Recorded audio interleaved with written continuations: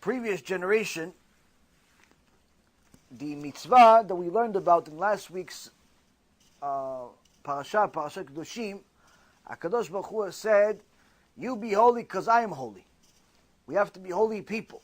And then he gives us the details of what makes us holy. Different mitzvot that we have to, make sure to warn each other if we see that someone is a criminal and he's about to do business with somebody in the kehillah, even if that person that in the kehillah is not your friend, or you don't even like the guy, but he's about to do business with somebody that's a criminal, you have to warn him. So you can't just stand there while somebody else's blood is being spilled. If you see that there's another Jew, you have to love this Jew. If you see another Jew making a sin against Hashem, if it's a sin deoraita, if it's a sin from the Torah, you have to rebuke him. Now, there's different mitzvot, but you cannot hate people, and so on and so forth. So the mitzvah of ocheach tocheach et amitecha, that you must rebuke your brother, velo tisad of chet, and then do not come to the way of sin, that was in Parashat Kedoshim last week. In a previous generation, there was a few tzaddikim that were zealous for Hashem. One of them was Rav Shalom Schwadron. Rav Shalom Schwadron, zchuto tagil aleinu, was not only a gadol b'Torah, but also a powerhouse when it came to helping Am Yisrael do tshuva. He had a very, very unique style of speaking and telling people, making fun of himself, and giving you chidushim from the Torah, and scaring you to death, all at the same time. He was a very big person, very strong, and he and another tzaddik, by the name of Rav Shabtai Yehuda Levitz, alav shalom, Rav Shabtai Yehuda Levitz was also a very big, strong person, and both of them were chachamim, talmidei chachamim, serious talmidei chachamim, not like today where the guy's a beard, you think he's talmid chacham. Now, they were zealous for Hashem. What does it mean to be zealous for Hashem? They would do different things aside from the basics. So on Friday night, they wanted to make sure that everyone in the neighborhood keeps Shabbat. How do you make sure everybody keeps Shabbat? On Friday, they'd come to every store. Shabbat's coming. Like 2 hours, 3 hours before Shabbat, they'd come. Okay, Shabbat's coming. Let's go. Close the shop. Remind everybody, every Shabbat, close the shop, close the shop, close the shop. Now, you have somebody coming to your store, remind you, even if you don't keep Shabbat, but every Friday comes to your store, tells you to close shop, don't open on Shabbat, after a while, just from the embarrassment, you stop. Unless you're the exact opposite of them. You're zealous for sin. And there was such a person. There was one Rasha that hated Judaism. Not only hated Judaism, was zealous for sin. He hated when they came. They come to a store, tell him Shabbat, Shabbat, and he continued working, careless about what they're saying.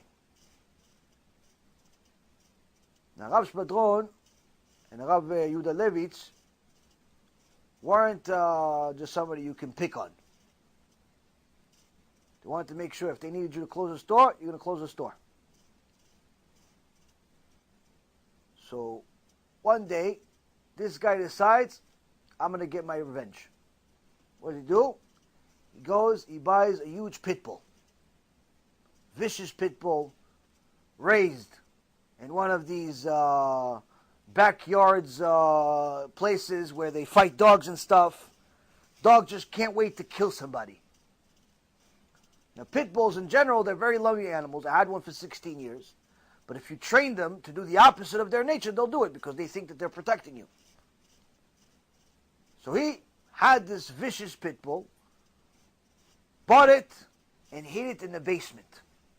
Now, anyone that's ever been in a retail store, many times the stores, they put all of the stock of their merchandise in the basement. So they have like a door to the bottom, to the basement. It's like a gate that opens. And there's just stairs that you walk down the stairs. So what did he do? He had the dog right behind it. So as soon as he opens it, the dog lunges, comes out to whoever's in front of it. And that was his plan. Have the dog sit there, starving, waiting. Whoever's in front of him, as soon as he opens that gate, finished. Who's the lucky candidate? I'm going to go against these religious people. So this Rasha waited the whole day, licking his lips, waiting for the opportunity to hurt some religious people. Only today, he tried hurting the wrong ones, but the right ones.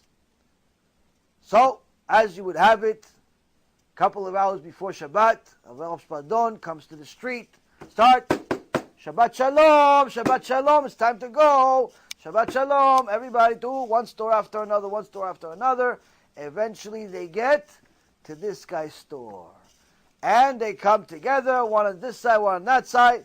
Shabbat Shalom, Shabbat Shalom, Mr. Reuven, Shabbat Shalom. Shabbat Shalom, huh? He opens the gate, the pit bull lunges out. Rav Schwadron looks at Rav Yehuda Levitch, they look at each other, As the dog, Mamash, this was like instant. People saw this. Instant. The dog lunged at them. One caught him from the front. The other one caught him from the back, and they ripped the dog in half. They were so powerful, they ripped the dog in half. They put it on his table, Shabbat Shalom, and left. He kept Shabbat from that point on. From that point on, he kept Shabbat. Why? He understood this is not human power. This is Kedusha power. It's Kedusha power. We have a hard time ripping a steak. With the fork and a knife too. But when you have two giants in Torah, Kadosh Baruch Hu will not let them get scratched. True story. You see, Rabotai Karim, HaKadosh Baruch Hu sends different messages to different people in their own way. The more specific you need it, the more it's going to shock you and maybe hurt you. That guy was not going to do tshuva any other way. He thought he's going to get revenge against the Torah. He had something coming to him. He got a personal message, but that's the message that he needed.